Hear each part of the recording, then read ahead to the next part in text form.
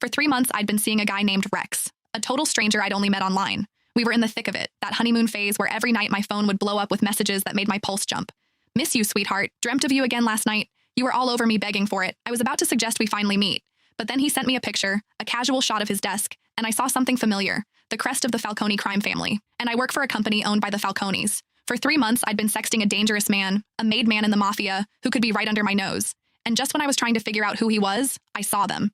The custom black onyx cufflinks I'd picked out for Rex, on my boss, Marco's, wrists. What are you up to? My thumbs flew across the screen. I hit send. I stared at the chat, waiting for the man I knew only as Rex to reply. This had been my ritual for the past 3 months. I'd added him on a whim. We hit it off instantly, falling hard and fast until things got intense. My phone vibrated. It was a picture, a side shot of his computer desk. A few files were scattered next to the keyboard.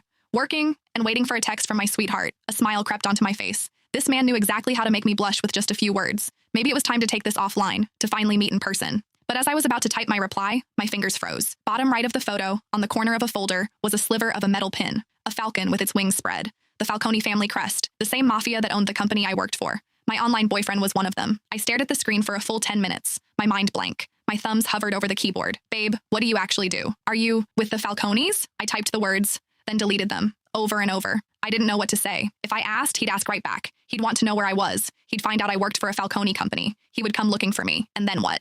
What the hell would I do then? When I didn't reply right away, Rex's texts started coming in, one after another. Baby, you there? Busy? Send me a pic, like you do. Your hand, or anything. Dreamt of you again last night. You were all over me begging for it. His words were getting dirtier, bolder. But this time, my cheeks weren't just hot with a blush. They were burning with a cold dread.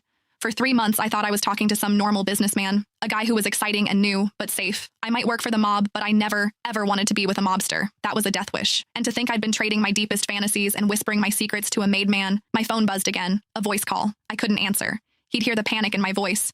I fumbled with the screen, declining the call. Then I quickly typed out a lie.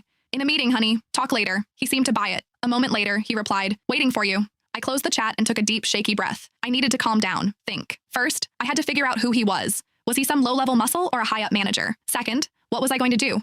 Risk it and keep this going or run for the hills?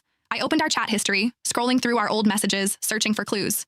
We'd both been careful about privacy, never sharing details about our work or personal lives. But one thing stood out. He'd once sent me an Abby pic from a gym mirror.